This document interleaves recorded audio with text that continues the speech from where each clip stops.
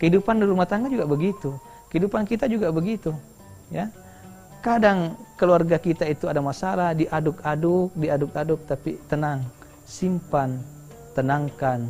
Insya Allah setelah itu akan nikmat kembali. Jadi tidak ada gading yang tak retak, tidak ada laut yang tak berombak, tidak ada gunung yang tak berbatu, tidak ada keluarga yang tidak mengalami yang namanya masalah. Nah, oleh karena itu, bagaimana cara mengelola masalah, mengelola emosi, ya. Kalau misalkan dalam rumah tangga, ya kelola emosi. Kalau misalkan suaminya marah, istrinya diam. Jangan nyahut sekali-kali, ya kan. Nanti boleh dinasehatin ketika suaminya lagi redah. Begitupun sebaliknya, saling mengerti, saling memahami satu sama lain. Insya Allah keluarga kita akan menjadi keluarga yang sakinah, mawaddah warahmah. Begitupun masalah dengan anak-anak kita. Nah, terutama anak-anak kita, pemirsa. Anak-anak zaman sekarang kan ya bisa dibilang generasi tunduk, generasi dikit-dikit tunduk main HP, ya kan? Sehingga mengurangi kepekaan sosial, kecerdasan sosialnya itu terkurangi. Kadang mendekatkan yang jauh mendekat, yang dekat menjauh. Nah, kadang ada orang tua memukul anaknya karena merusak HP-nya. Tapi nggak ada orang tua memukul HP-nya karena merusak anaknya. Oleh karena itu, anak kita juga perlu dididik. Ini salah satu masalah dalam rumah tangga adalah mendidik anak. Gimana anak nggak main HP, orang tuanya juga main HP dan lain sebagainya. Ya kan? Nggak ada masalah, cuman dibatasin. Ya. Jadi yang namanya konflik, yang namanya masalah, semua orang punya masalah.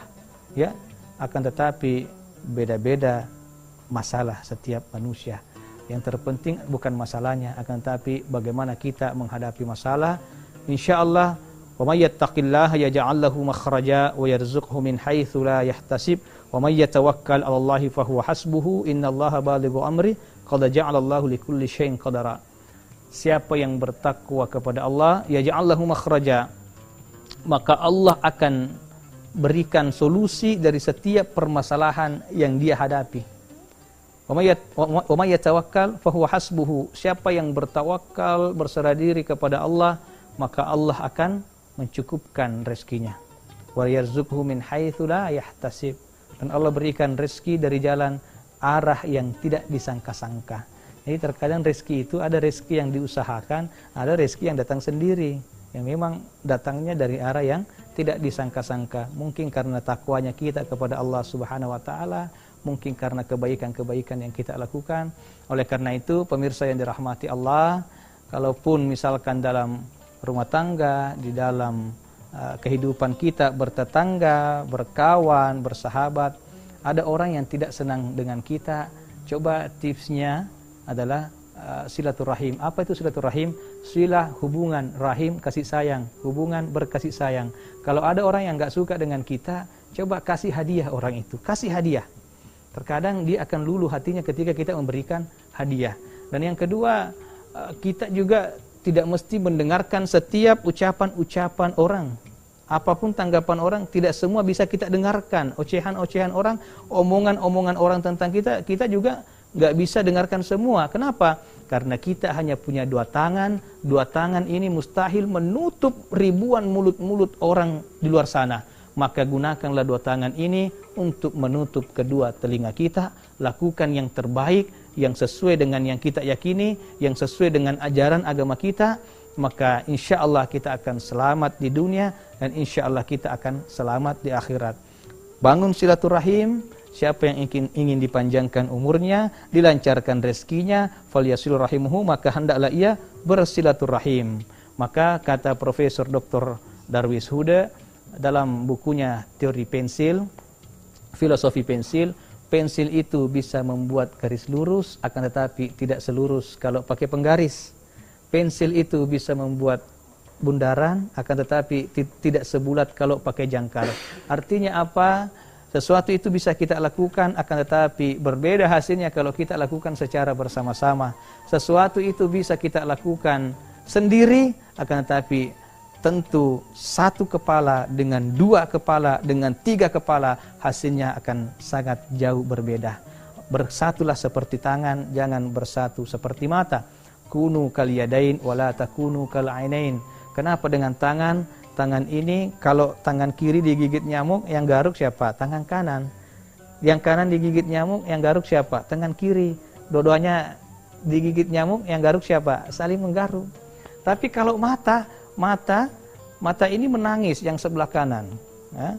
Mata kena benda, terus menangis, meneteskan air mata. Apakah mata kiri menolong? Tidak tentunya. Yang nolong siapa?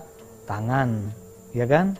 Dan tangan itu punya job masing-masing.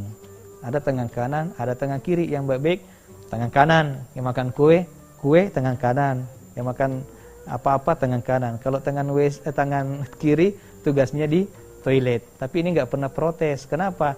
Karena tangan kanan selalu memberikan tangan kiri itu hadiah. Siapa yang pakai jam tangan? Tangan kiri. Itu adalah hadiah dari tangan kanan. Artinya apa?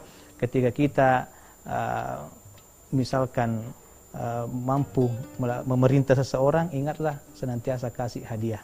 Ya, pemirsa TV One yang dirahmati oleh Allah Subhanahu Wa Taala, kita saling berkasih sayang, banyak-banyak bersyukur kepada Allah Subhanahu Wa Taala.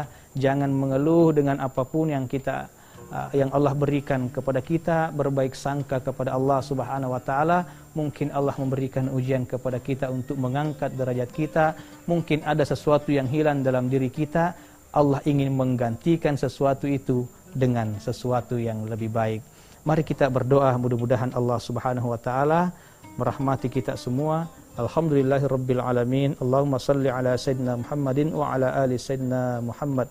Allahumma ighfir lana wa liwalidina warhamhuma kama rabbawna sigara wa li jami'il muslimina wal muslimat wal mu'minina wal mu'minat al ahya'i minhum wal amwat. Rabbana atina min ladunka rahmah wa hayyi' lana min amrina rasyada. Rabbana atina fid dunya hasanah wa fil akhirati hasanatan wa qina adzabannar. Wa sallallahu ala sayyidina Muhammadin walhamdulillahi rabbil alamin. Kota Karawang, Kota Bekasi. Cukup sekian dan terima kasih. Wabillahi taufik wa sa'adah. Wassalamualaikum warahmatullahi wabarakatuh.